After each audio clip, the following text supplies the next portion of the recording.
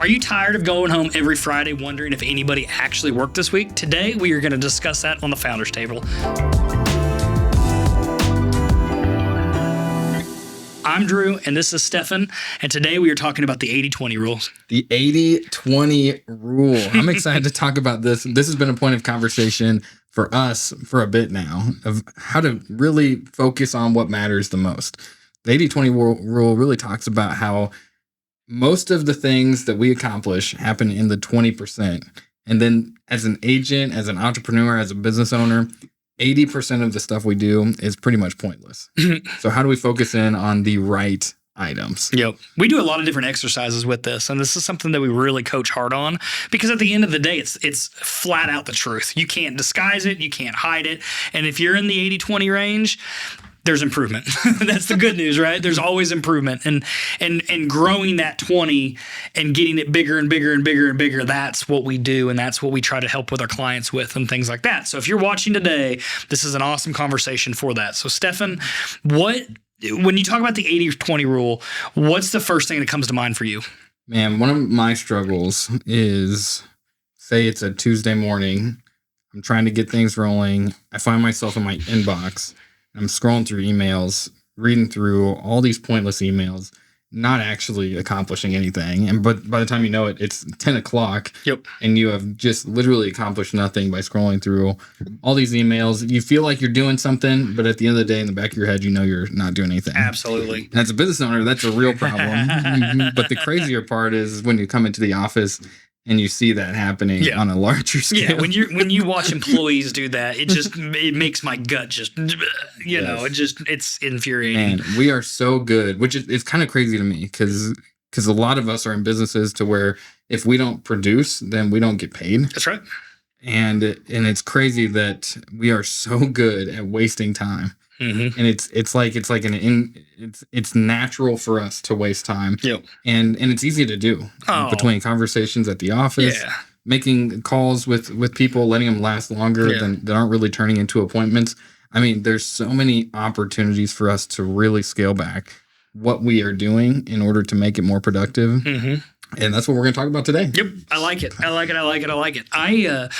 think, the thing is you have people that they're always going to play in that 80 range, and those might not be long time people, and they might be great employees for other businesses. Yeah. You can, you'd be a great employee over there.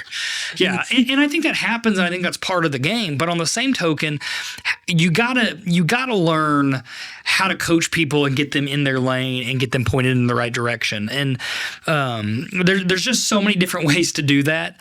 And today's the day that you just get on Facebook, and the next thing you know, you look up and it's 45 minutes later, and these people do it every day. And I mean, don't tell me you've never done it. I've always here's done the it. hard thing is that we're trying to figure out what our social presence should look like, things like that. We're trying to learn it, and there's a lot of great resources out there.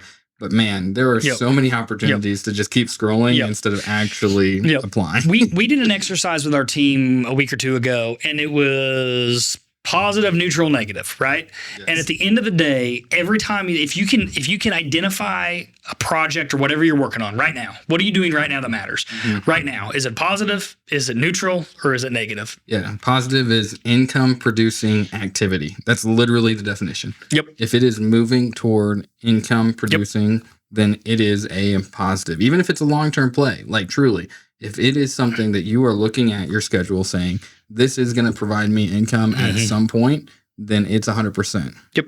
So when you look at the neutral part of that, that's where the gray is, and that's where there's so many opportunities. It's where time wasters go to die, and it's where productive people become the top 1%. Yeah, if you push that neutral into positive, it's game over. You're going to conferences, you're going to lunches for networking, and that's an easy one for you to mail it in and say, hey, I'm not going to really connect with anybody. I'm just going to go here. It's on my calendar. It says networking. That's great. That's a good opportunity to get out there. But if you're not actually networking, then it's a negative. It's a negative at best. And if you are utilizing those neutrals to create a positive, then that's huge. So we're part of the Chamber of Commerce in our town, and we went to a meeting, and one of the exercises was grab a card. You put a card in, grab a card out, and then call the person to make a connection, right? Mm-hmm. So one of our agents, what was the story? What did she say? The lady? She was for a marketing company, she was a marketing person for a company that we work with. Yeah. It was a realtor grabbed the card, called this person, Yep. and she was the promotions and marketing director for the company, and they target real estate agents to do stuff. And like, she didn't want to have it. Like, he offered to go have a coffee or something, and they didn't want to. She didn't want any part of it. And it's like, why did you show up? You know, it's like, if you're gonna, like, there couldn't have been a better link to a hit to do that. So as an owner, I'm looking at it going like, I'd never let that employee go back for anything, you know, and I'm sure the owner doesn't know that happened. But at the end of the day, like, we know our employees do that when we're not watching, not necessarily intentionally or maliciously sometimes, but they just do it. And, you know, I think that's where the exercise, the positive, neutral, negative comes out. And it's a great conversation piece with all your staff, because this is how we judge whether it's good. And then you can put the boundaries around it. It's a positive conversation if that's a plus. Neutrals are these. Negatives are these. And then you can easily ask people without being a jerk, hey, was that a positive, negative, or neutral? Like, oh, I'm doing a negative again. I've been on the phone with Bob, the vendor, for 4 hours. I couldn't get him off, you know, and you can make it lighthearted from that standpoint. And, you know, I think one of the things that I see is people dwell. Like, I think people dwelling on certain situations, that is one of the most dangerous areas to be on, that you get so tunnel vision on whatever it is. You have a hard call coming up and you're just sitting thinking about it instead of actually going out and producing more business. And you're exactly right. I think also, as leaders of businesses, for us, is like, we're building some other businesses along with this. And it's really hard to not waste time with, like you said, other vendors, or really differentiate some of the meetings that we go to, some of the things that we seeing a man about a horse. So I think it's a hard conversation. It's a hard thing to really hone in on, but it is where successful people go. You know, I think with the 80-20 rule, we could talk business all day, and I think everybody has life examples of that through here, you know. But I think when you kind of spin that and say, all right, Stefan, let's look at family relationships, religion, business. How skewed is that? Oh, dude. When you go home after a busy day at work and you have 3 boys, I've got a daughter, it's easy to mail it in. It's easy with our spouses, with our kids, to mail it in. And that's part of that space. And it's like, if you look at it, was this a positive, negative, or neutral space? I mean, I think with our kids, it's either positive or negative. I don't even think there's a middle ground. and it's so important for us to be engaged in those moments just as much as it is at work, for our lives as well, for our faith. I mean, to be connected, to be focused in, to be all in. This applies to every single aspect of life. And I think outside of business owners, outside of people in sales, I think when you start to have the conversation outside of work, there's probably a very small percentage of people that actually do that well. With intentionality. I mean, even just people that are talking about it, but more than the, I need to be better, or I need to do this, honey, or I need to do that, or, you know, whatever that is. And I mean, I think awareness is probably one of those first steps on that end.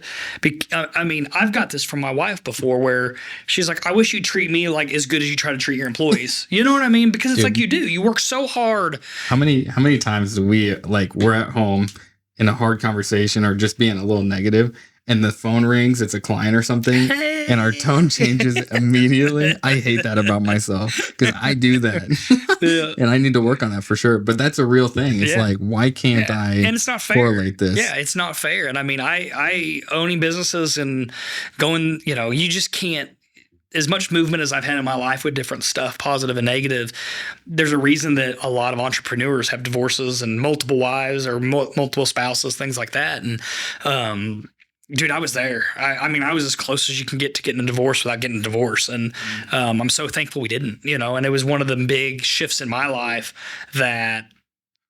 that's a job. This is my life. And it was an eye-opening experience to me. And I'm glad that I fell on the side that we did, and we made things work. We did everything that we did. And now it's a perspective change. And I know working with younger people and different businesses and things like that, you know, it's so, dude, it's a drug, man. Like, it is so powerful. Success and, well, I gotta get honey, you want to drive that truck, then you got to get this, or then we got to do that. And then that causes this, and then this to that to that. And it's like really stepping back and saying what matters, my 3 kids. And something you said a second ago, I got 3 kids and it is a disaster at my house. Like, it's wild. I mean, I'm an only child. So like kids fighting, and it's just da da da da da da all day long.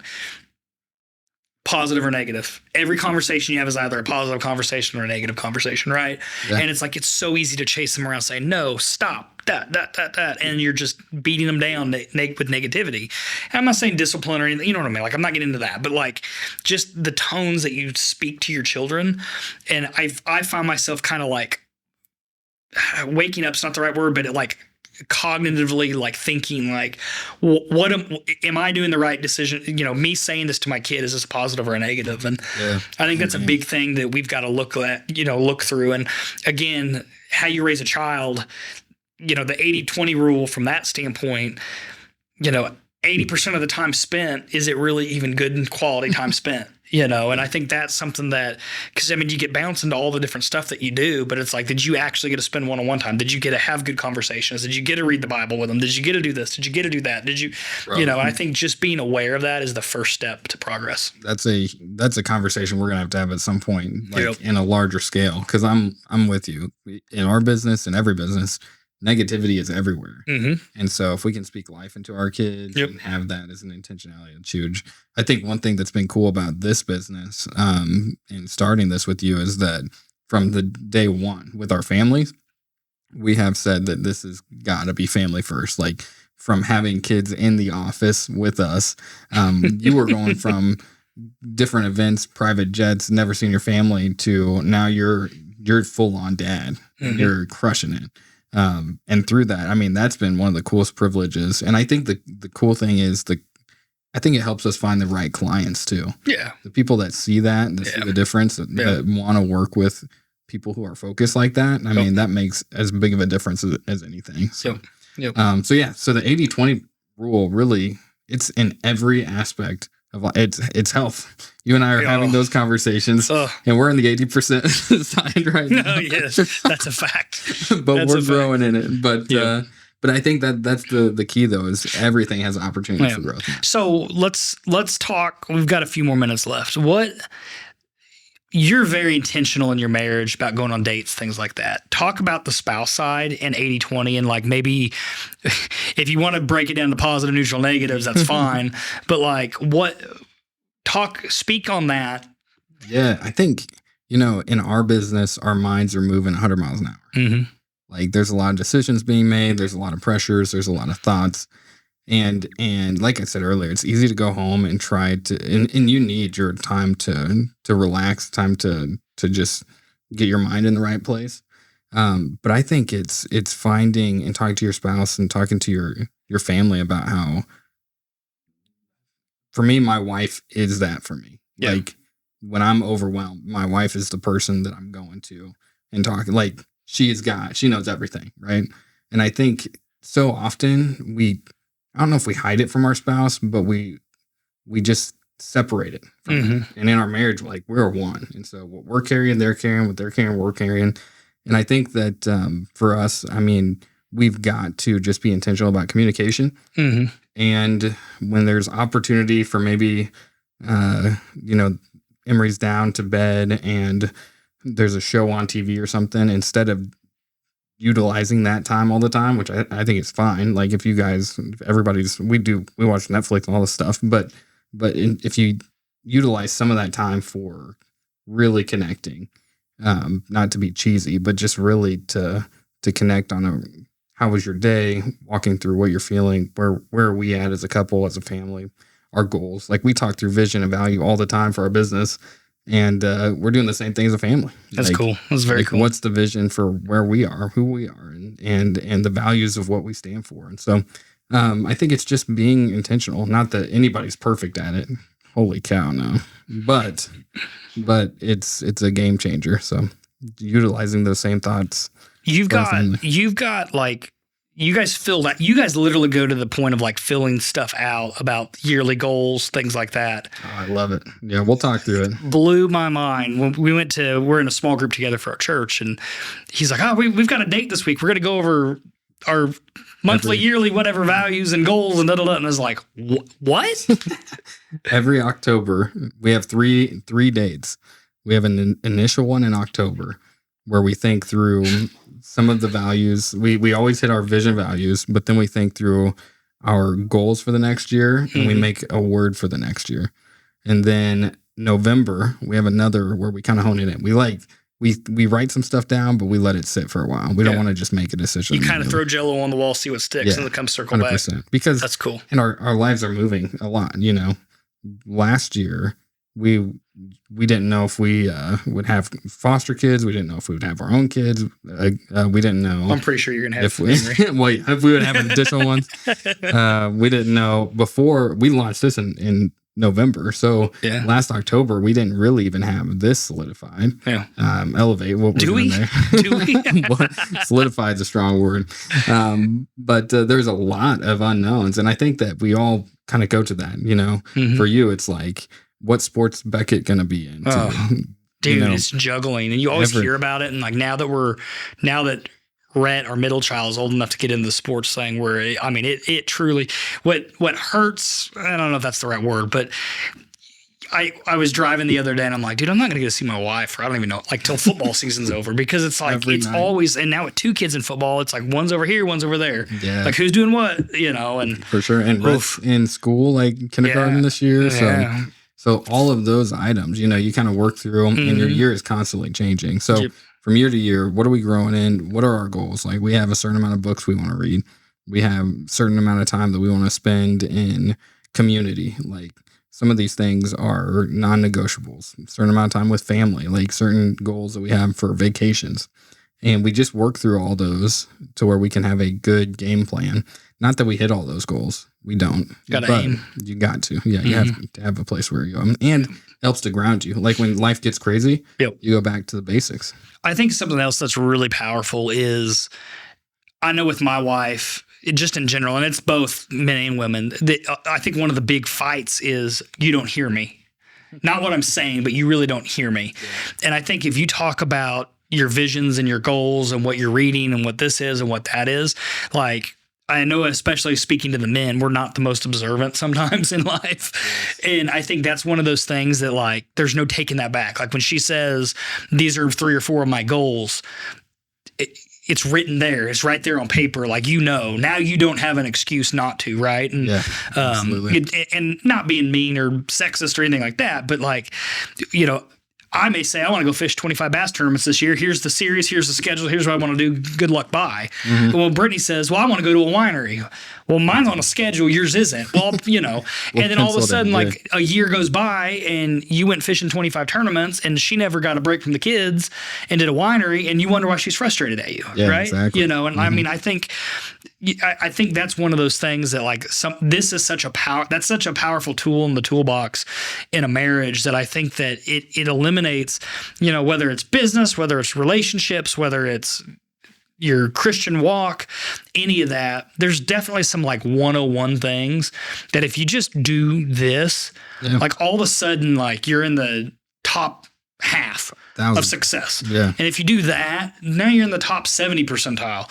And I think as I've aged and developed, it's just little hacks here and there that I think make people more successful or less successful based on what they do.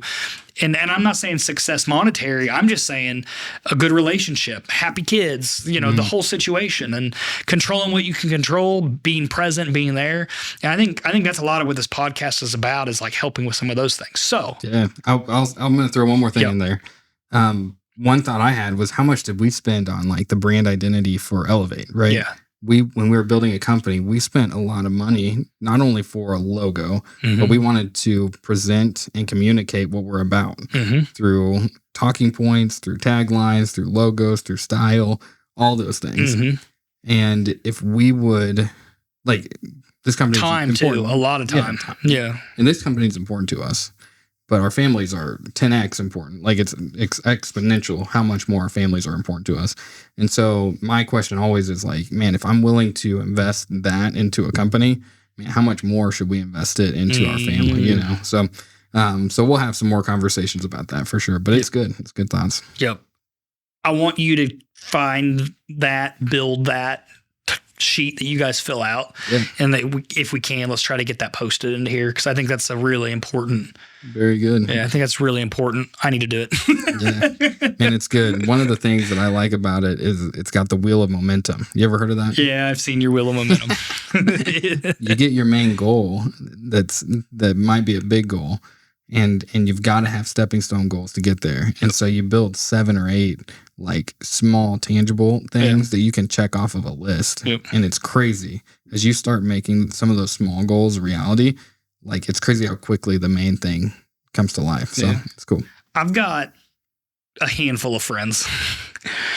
And like, this has never been a conversation with any of them. Like, you know what I mean? Like, not one person I know out of all my friends that we've done stuff with is like, I'm going to go work on the Wheel of Fortune with my wife and the this and the that. The wheel of momentum. The wheel of momentum. But like, I laugh, but I'm poking. But for real though, like, if that was a conversation you had, and like, again, this goes back to our conversation here. You know what I mean? In the name of our podcast. And that's what this is all about. If you have this conversation with your wife, that's awesome. Like that's definitely there. But tell your best friend or your friend's friend or your guys group chain text, like it's not dumb. You know what I mean? Like what's dumb is going through a divorce and losing a bunch of money and time and losing time with your kids and all the other stuff, you know, and everybody knows people that have been through that, you know, and you may have been through that. And what if this one thing impacted somebody's life and it changed an outcome like that, you know, and this could, like, that's one of those things that are like an easy life hack, that if you did this, imagine how much happier your spouse could be or would be just by understanding, and how much happier you are when you at least understand what she's trying to say. Dude. And I'm not a mind reader, honey. I just need you to tell me what you want. Right. And you go to a house that the mood has changed and the whole vibe is different. Yep. Like it's a game changer. And I think that becomes the wheel of momentum. I know when I changed how I operated, I'm definitely not as organized as you, but when I changed how I operated, once we sold some businesses and got some pressure off of us and I started being a dad and a husband, it all started spiraling the right direction. Normally it all goes down, and it completely shifted everything in our life. I can tell too. It's cool. It's cool to watch. It's cool to be a part of. So yeah, man, I think for this podcast, really, the goal is it kind of started off with ideas of training our team on being entrepreneurs, being agents. But the goal is long term is that really it's for people that want to build legacy, want to build businesses that grow beyond themselves. And as we do that, man, these are the kind of conversations that change the trajectory of your life, you know. And so I'm excited about this process for sure. Wrap this sucker up, Stefan. Yeah, thank you guys for joining us. Stefan and Drew, the Founders Table. We're going to have some really good guests. We're going to have some good conversations. If you have some ideas of thoughts and questions that you might have, dude, shoot them to us. Let's talk about it. We'll get coffee with you. We'll talk through it. We'll build some resources. I'll send that resource that me and my wife work out as well, and love to have those kind of conversations. So thanks for joining us. We'll see you again soon.